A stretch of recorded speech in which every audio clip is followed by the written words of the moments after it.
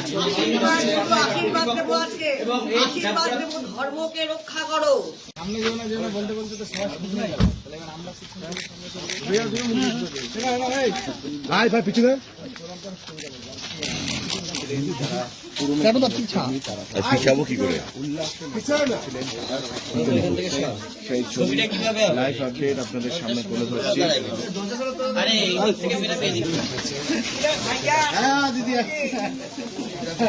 সবাই সবাই সামনে যায় না।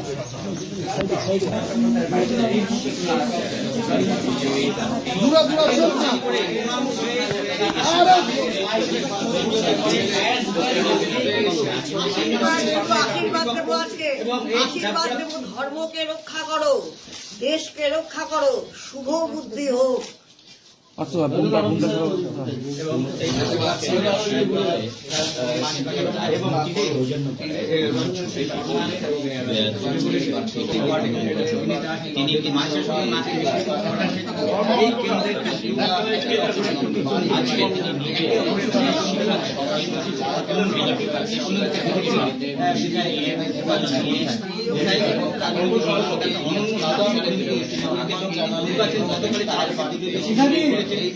ছেলে জিতবে।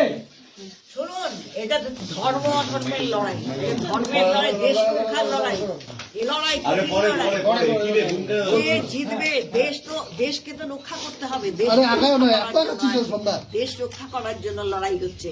এই লড়াই ধর্মের লড়াই, এই যুদ্ধ ধর্মের যুদ্ধ। শুনুন, আমি আপনাকে একটা কথা বলি, জয় ধর্মের জয় চাইছি আমরা, মা ছেলের জয় না। না প্রার্থী মা, না প্রার্থী ছেলে। ধর্ম অধর্মের যুদ্ধ হচ্ছে, এই যুদ্ধে আমরা ধর্মের জয় চাইছি।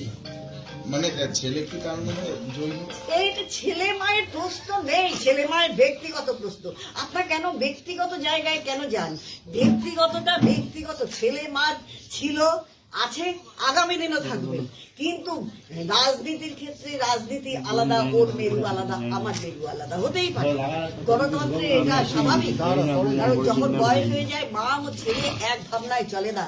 মায়ের ভাবনা অন্য হয়, ছেলের ভাবনা অন্য হয়। এখানেও ঠিক তাই দাঁড়িয়েছে, মায়ের ভাবনা অন্য দাঁড়িয়েছে, ছেলের ভাবনা অন্য দাঁড়িয়েছে, হতেই পারে। তা আমার ব্যাপার হচ্ছে, আমি ছেলেকে আমার ভাবনায় আনতে পারিনি, এটা হচ্ছে আমার ডিস্ট্রিক্ট।